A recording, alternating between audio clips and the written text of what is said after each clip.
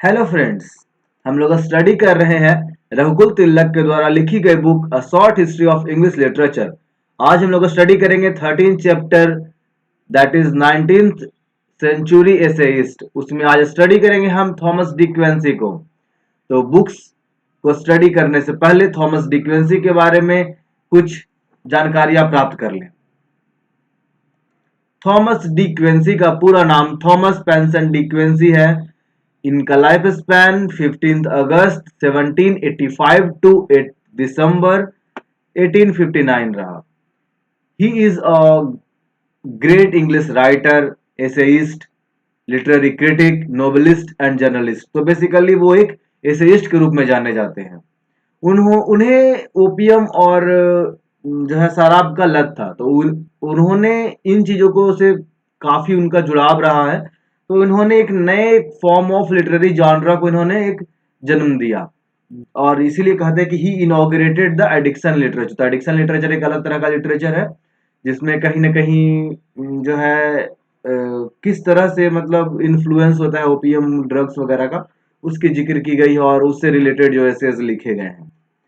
और एक बड़ी बात है कि he was an editor of Westmorland Gazette. तो ये जो वेस्ट मोरलैंड गैजेट है, ये बेसिकली टॉरी पार्टी से बिलोंग करता है। तो you know there were two great parties at that time, Whig and टॉरी।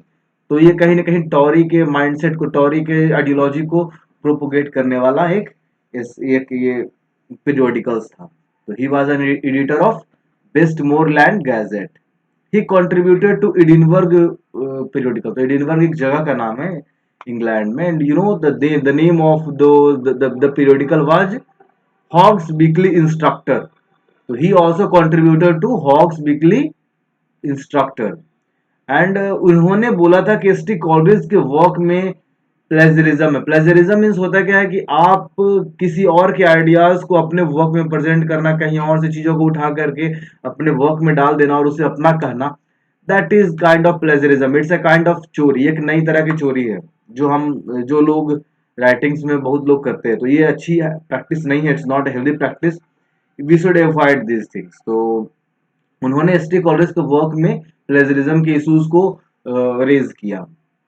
And he felt relieved after reading lyrical ballad. तो लिरिकल बैलेड को पढ़ के ये बहुत सारे डिप्रेशन से, मतलब जो उनका दुख दर्द होता था वो उसको भूल जाते थे।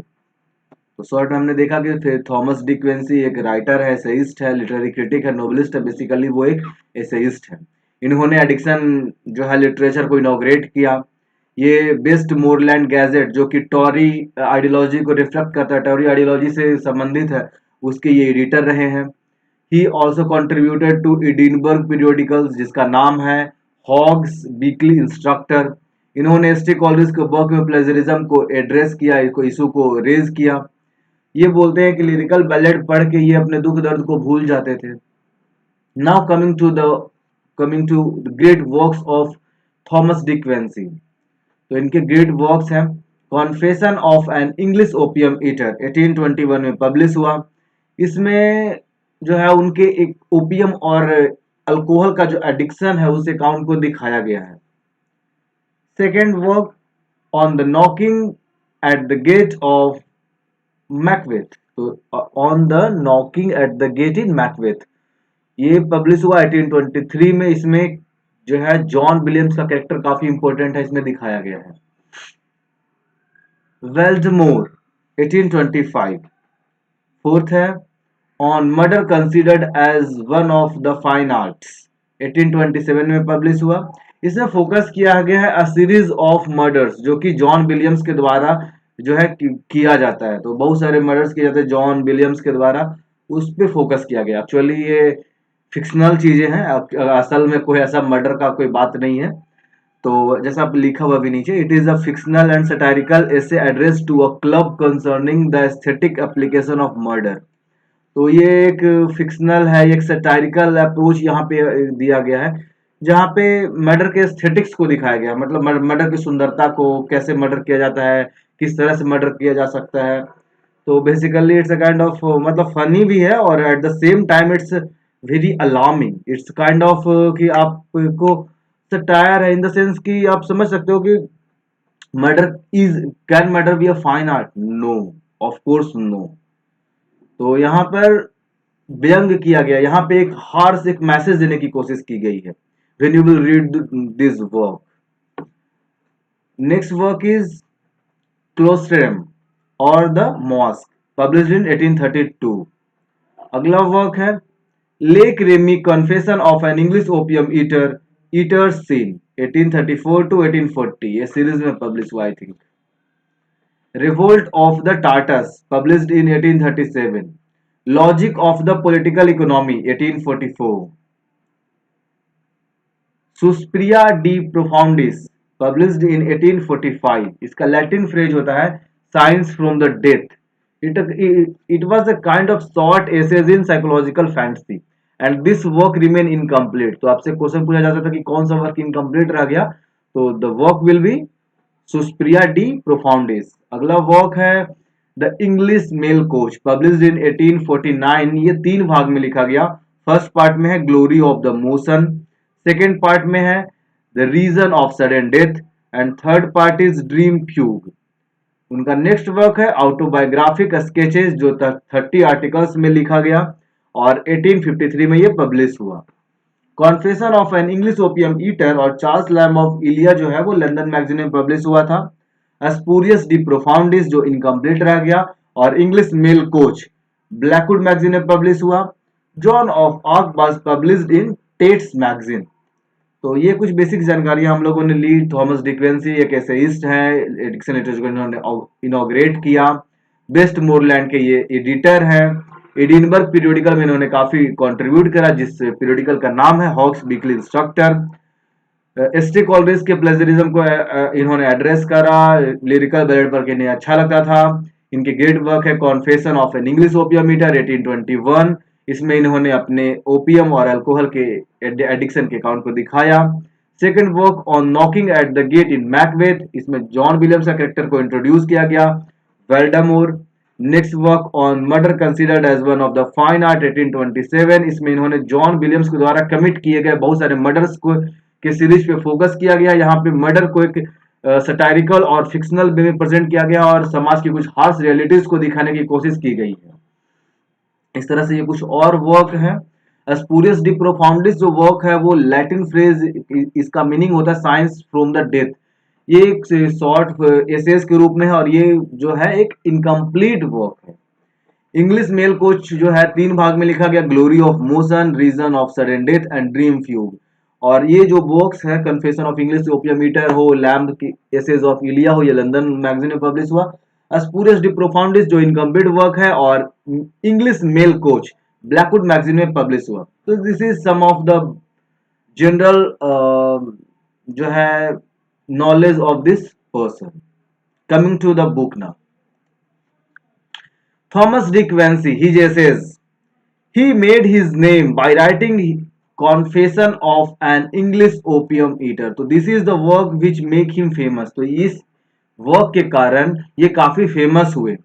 उनका बहुत सारा जो वर्क है, मोस्ट ऑफ द वर्क, ज्यादा अधिकांश जो उनका वर्क है उन्होंने ब्लैकवुड मैगजीन और लंदन मैगजीन के लिए लिखा। तो उनके मैक्सिमम जो एसेज है हमको कहाँ मिलेगा? ब्लैकवुड मैगजीन में और लंदन मैगजीन में।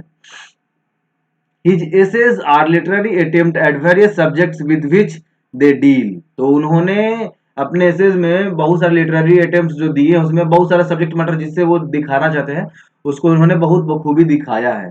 तो कुछ ग्रेट वर्क हम लोग ऑलरेडी देख चुके हैं, बट यहाँ पे देखिए द इंग्लिश मेल कोच जिसे 3 पार्ट में लिखा गया था। Murder considered as a fine art, हमने देखा कि जॉन विलियम्स के द्वारा किए गए डिफरेंट मर्डर्स को बहुत ही मॉकिंग, बहुत ही फिक्शनल और बहुत सटायरिकल वे में प्रेजेंट किया गया था। Knocking at the gate in Macbeth, ये भी हम लोगों ने देखा कि एक इंपॉर्टेंट वर्क है। His style poetic prose. Dickwancy's most memorable achievement is the recreation for the 19th century of that impression of poetic prose which 17th century had known and 18th century has forgotten।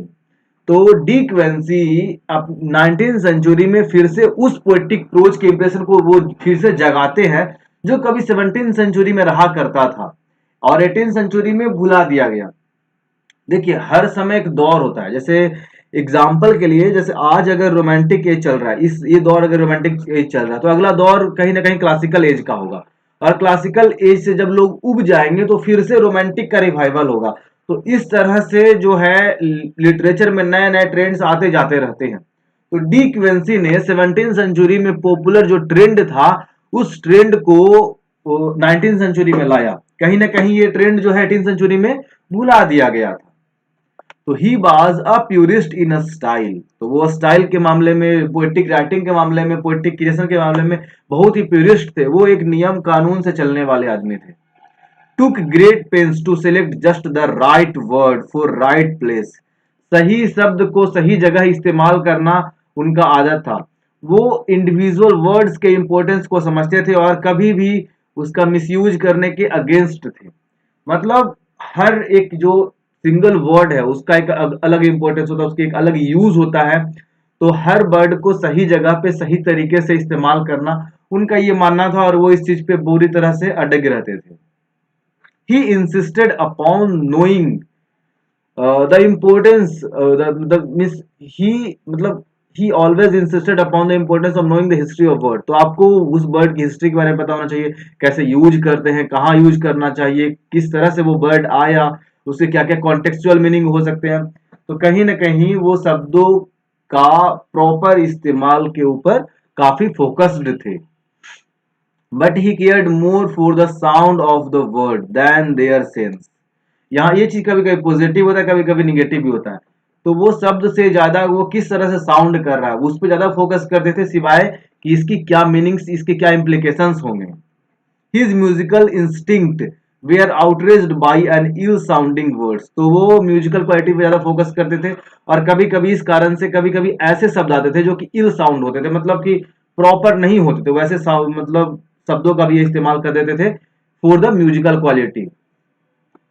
Words chosen for their sounds are built together in harmonious, sonorous, swinging sentences। तो उनके sentences क्या होते थे, काफी harmony में भरे होते थे, सोनरस होते थे, प्रॉपर साउंडिंग होते थे, स्विंगिंग होते थे। तो ये सारे उनकी क्वालिटीज हम देखने को हमें मिलती है उनके वर्क में। तो हम क्या देखते हैं उनकी पोएट्री में, pomp of cadence, rhythmical and melodious sentences. तो पॉम्प ऑफ मतलब पॉम्प में शोइंग, मतलब शो करना। कैडेंस मतलब होता है कि एक प्रॉपर मॉड्यूलेशन, जैसे हम अगर कोई बात रख रहे हैं तो पिच का ऊपर नीचे होता है, वो एक प्रॉपर पिचिंग होना चाहिए, प्रॉपर मॉड्यूलेशन ऑफ साउंड होना चाहिए, प्रॉपर रिदम होता था, प्रॉपर मतलब काफी सुंदर होता था और काफी मधुर होता था उनके सेंटेंसेस। तो हम ये चीज उनके पोएट्री में देखते हैं। The whole of the confession means the work confession of an opium eater is written in such poetic prose। तो इसी तरह के म्यूजिकल पोएटिक प्रोज में ये वर्क लिखा गया। Not only the sound and rhythm and those of poetry but the language used is also highly figurative. तो ये काफी फिगरेटिव, काफी मेटाफोरिकल, काफी जो है एक तरह से ब्यूटीफुल लैंग्वेज में इसको लिखा गया। The work Confession of an English Opium Eater। He he is skilled in the use of such figurative language is also seen in his essays on literature। तो लिटरेचर पे जो बहुत सारे एसेज लिखे उसमें भी ये म्यूजिकल क्वालिटी, ये पोएटिक क्वालिटी जो है आपको देखने को मिलती है। And now what are his faults? Too much emphasis on sound of the word at the cost of their meaning। यहाँ पे गलती कर बैठते हैं।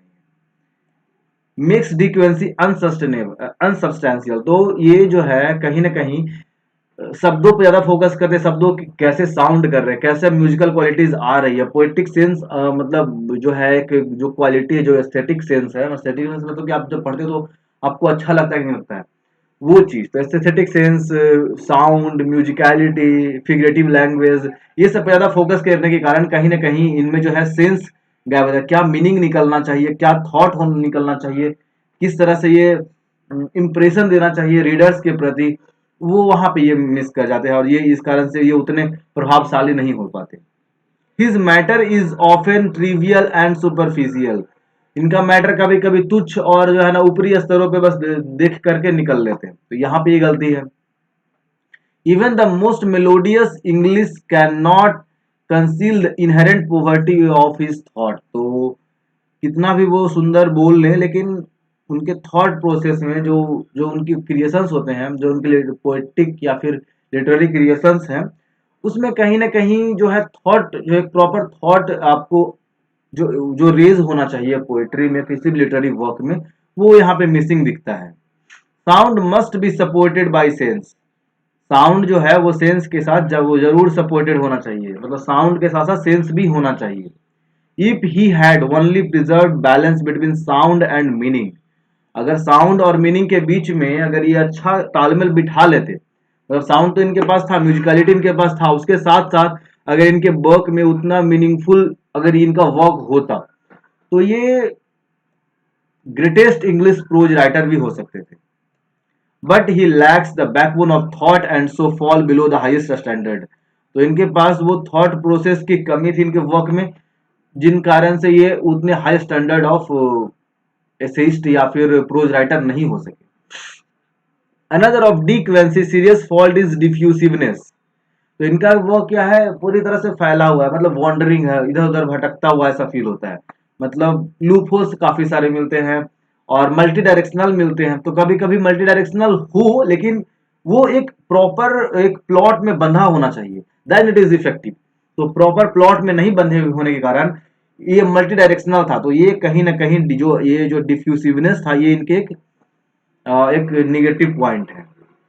दैसे मस्ट बी डिस्कर्सिव, ये डिफरेंट पहलुओं को टच करने वाला होना चाहिए, लेकिन इसमें एक यूनिटी की भी आवश्यकता है। तो ये यूनिटी इनके वर्क में लैक करता था। But if any law guides the wandering of De Quincey, it is often very hard to discover. तो ऐसा कोई फैक्टर नहीं था जो इनके डिफरेंट बातों को, इनके डाइवर्सिफाइंग बातों को कहीं एक जगह पे उसको है ना, संलगित कर सके। Everywhere in his work he display a deplorable incapacity to concentrate. Needless digression and introduction to a lot of irrelevant matters spoil the effect of the best of his work. Occasionally he tend to be long-winded. तो जो है जब जहां जरूरत नहीं वहां भी ये डाइग्रेस कर रहे हैं, बेकार जो जहां जरूरत नहीं किसी चीज को इंट्रोड्यूस करने का, वहां भी ये चीजों को इंट्रोड्यूस कर रहे हैं। तो ये सारा चीज और इनमें कंसंट्रेशन की जो एक कमी थी, ये सारी चीजें इनको एक अच्छे राइटर बनने से रोकती हैं। De Quincey's humour is generally flat and ineffective and so his work are often dreary and dull. तो ह्यूमर क्या होता है, लाइफ एंड सोल होता है किसी भी लिटरेरी वर्क का। तो इनका जो ह्यूमर था वो काफी फ्लैट था, उतना इफेक्टिव नहीं था, इफेक्टिव भी नहीं था, फ्लैट था, ज्यों का त्यों था, जिस कारण से ये वर्क उतने अट्रैक्टिव नहीं हो पाए, उतने अच्छे नहीं हो पाए। इस कारण से इनके वर्क काफी डल और काफी जो है मतलब लेस अट्रैक्टिव फील हुए। It is only rarely, as in essays on murder considered as a fine art, that his humor is successful। तो एक वर्क है on murder considered as a fine art, वहां पर ये काफी अच्छे ह्यूमर का इन्होंने इस्तेमाल करा है, काफी अच्छे तरीके से ह्यूमर को डील करा है। But De Quincey himself believed that he possessed the gift of humor and constantly attempted to show it. The result is that often his essays are needlessly enlarged and his humor becomes thin and vulgar. तो D क्वेंसी को लगता था कि इनके पास एक अच्छा humour है और वो हमेशा कोशिश करते थे कि इस ह्यूमर को वो शोकास्ट करें, अपने लिटरेरी वर्क्स में दिखाएं। इसका रिजल्ट ये हुआ कि एसेज बेकार में काफी बहुत लंबा हो गया और इनका ह्यूमर भी काफी थीन, काफी इनइफेक्टिव और काफी वल्गर हो गया। तो हम देखते हैं कि डी क्विंसी एक अच्छे राइटर थे, हालांकि इन्होंने काफी अच्छा इन्होंने अपने स्टाइल पे काफी अच्छा फोकस किया, बट कहीं ना कहीं थॉट प्रोसेस में ये पीछे रह जाते हैं। So I hope you enjoyed the lecture. So stay tuned for next lectures. Thank you.